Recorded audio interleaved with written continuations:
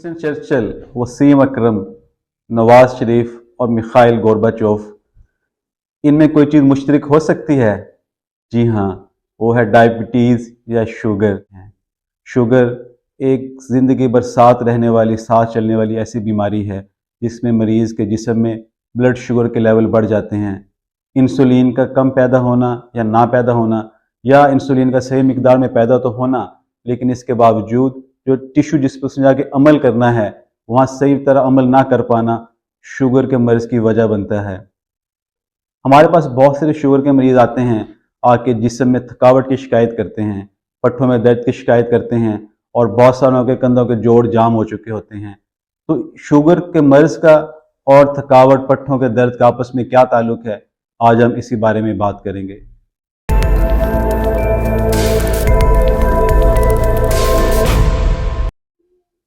अस्सलाम वालेकुम, मेरा नाम डॉक्टर मुदस्सिर नज़र है और मैं एक आर्थोपेडिक सर्जन हूँ और मैं अपने channel ortho care with doctor Mudassir पे आपको खुशामदीद कहता हूँ।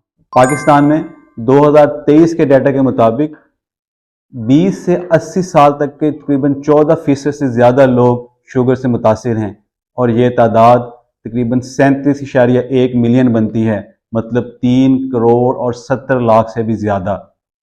शुगर के तकरीबन 70 से 80% तक लोग जिस्म में थकावट और दर्द की शिकायत करते हैं, और वो कौन से अवामिल हैं, कौन से फैक्टर्स हैं जिसकी वजह से इन मरीज़ों को शुगर का दर्द होता है, आज हम उन्हीं को बारी बारी डिस्कस करेंगे। उनमें जो सबसे पहले नंबर पे आता है उसको हम कहते हैं न्यूरोपैथी। वो न्यूरोपैथी का मतलब आसान लफ्ज़ों में ये है कि वो नर्व्स या वो करंट की तारें या वो नसें जिन्हें जिस्म को करंट पहुंचाना होता है, उनके जो बारीक बारीक रेशे हैं उनके अंदर तब्दीलियां आने लग जाती हैं, वो अपना काम सही नहीं कर पा रही होती। और इसकी अलामतों में क्या होता है कि मरीज़ के हाथों में या मरीज़ के पाँव में जलन होने लग जाती है।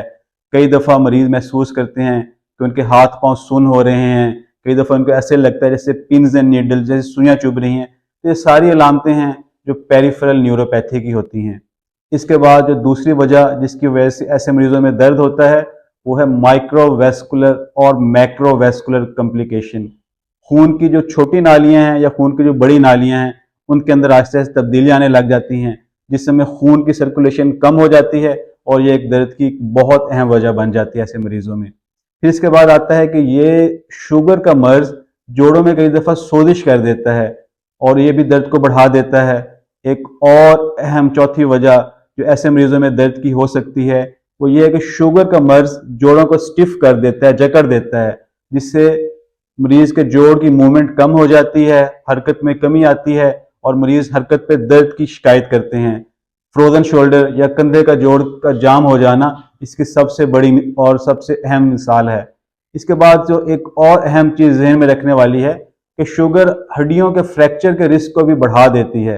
इंटरनेशनल ऑस्टियोपोरोसिस फेडरेशन उसके मुताबिक ऐसे लोग जो शुगर के मर्ज का शिकार हैं उनके अंदर हड्डियों का टूट जाना या फ्रैक्चर हो जाना, उसका रिस्क 1.5 से 2 गुना तक बढ़ जाता है। तो आप इससे अंदाजा लगा सकते हैं कि शुगर किस हद तक हड्डियों को भी मुतासिर करती है।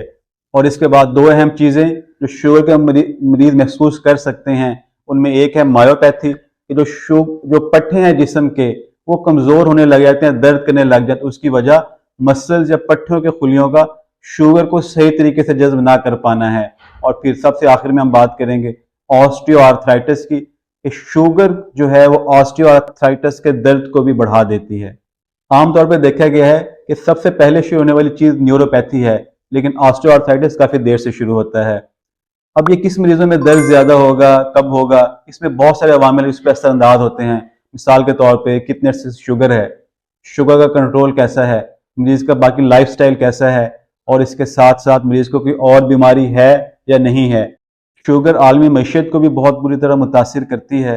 2021 में हुई एक तहकीक के मुताबिक आलमी मईशत पे शुगर की वजह से 1.3 ट्रिलियन का असर पड़ा।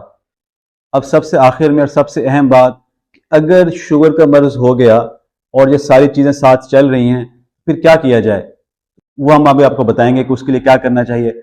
सबसे अहम चीज़ जो मरीज को करनी चाहिए वो ये है कि शुगर का कंट्रोल सबसे अच्छा रखे अपना। इससे न्यूरोपैथी भी कंट्रोल रहेगी और दर्द को कंट्रोल करने में भी बहुत ज़्यादा मदद मिल सकेगी। इसके बाद आता रहता है हेल्दी लाइफस्टाइल, कि अगर आप वजन कम रखेंगे, वर्जिश करेंगे, खाने पीने में एहतियातें करेंगे तो शुगर कंट्रोल रहेगी और उसकी वजह से जो दर्द और बाकी मसले हो रहे हैं वो काफी हद तक काबू में रहेंगे। फिर इसके बाद आता है रोल फिजिकल थेरेपी, फिजियोथेरेपी का रोल, कि ज्वाइंट स्टिफ हो गए हैं, जोड़ अकड़ गए हैं, कंधे का जोड़ जाम हो गया है या पट्टे कुछ कमजोर हो गए हैं, तो फिजियोथेरेपी या फिजिकल थेरेपी हरकत को वापस करने में भी मदद लाएगी, जो ज्वाइंट स्टिफ हो गए हैं उनका अकड़ाव भी कम करेगी और इसके साथ साथ पट्टों को मजबूत करके जिंदगी को आसान बनाएगी। फिर कुछ दवाइयों का रोल है, कुछ मेडिसिन हैं, हम ओवर द काउंटर फार्मेसी से कुछ पेन किलर्स ले सकते हैं, पैरास्टामोल जिसकी मिसाल है, या न्यूरोपैथी के लिए कुछ दवाइयां हैं जो काफी हद तक दर्द के कम करने में मददगार मुआविन साबित हो सकती हैं। अगर ऑस्टियोआर्थराइटिस है, साथ घुटनों के जोड़ का काफी ज्यादा मसला है, तो उसका इलाज में दवाइयां हैं, इंजेक्शन है जिसको हम साथ कर सकते हैं। और इसके बाद है कि आप अगर इससे ज्यादा परेशान हैं या आपकी जिंदगी को काफी हद तक अमल मुतासिर कर रहा है तो फिर किसी अच्छे डॉक्टर से जरूर मशवरा करें ताकि इसके बुरे असरात से बचा जा सके। और आखिर में मैं यही कहूंगा कि गरचे शुगर काफी मसले कर सकती है, लेकिन शुगर को कंट्रोल रखते हुए, हेल्दी लाइफस्टाइल अपनाते हुए बहुत हद तक एक अच्छी जिंदगी गुजारी जा सकती है। आखिर में लाइटर नोट में एक शेर, स्मगलिंग की शुगर स्टॉकिंग का कैंसर, स्मगलिंग की शुगर स्टॉकिंग का कैंसर, वडेरों को बीमारियां और भी हैं। अल्लाह हाफिज।